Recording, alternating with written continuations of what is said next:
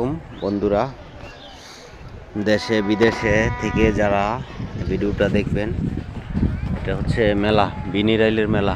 যে পিছনে মেলা, বিশাল মেলা। এটা হচ্ছে মাছের টাক। এই যে বড় বড় মাছগুলা, এটা হচ্ছে গ্লাস কাপ, বিশাল বড়। এই যে এটা হচ্ছে বিকেট, একদম পুরান বাতি। এই যে এটা ছাতা ভরে গেছে মাগার। কাতলা মাছের কারি, মাছের টাক। এটা ভাই জুতা দিয়ে দেই ফাঁকে। হ্যাঁ, এই যে ভাইয়ের নাম কি? মোহাম্মদ রাতুল ইসলাম। আচ্ছা, ভাইয়ের বাড়ি যেন কোথায় আপনাদের? যশোর। যশোর থেকে ওনারা মাছ নিয়ে আসছে ট্রাক বোঝাই করে।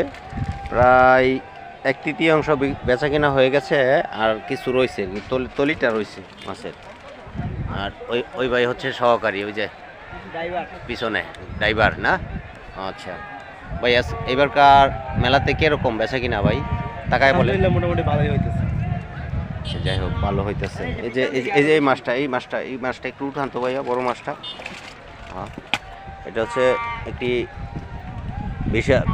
বিশাল আকারের ভিকেট। পাতাল করে দেখাই ভাই, এটা কত কেজি বেচা কিনা হয়? এটা আপনার 800-1000 টাকা কেজি। 800-1000 না?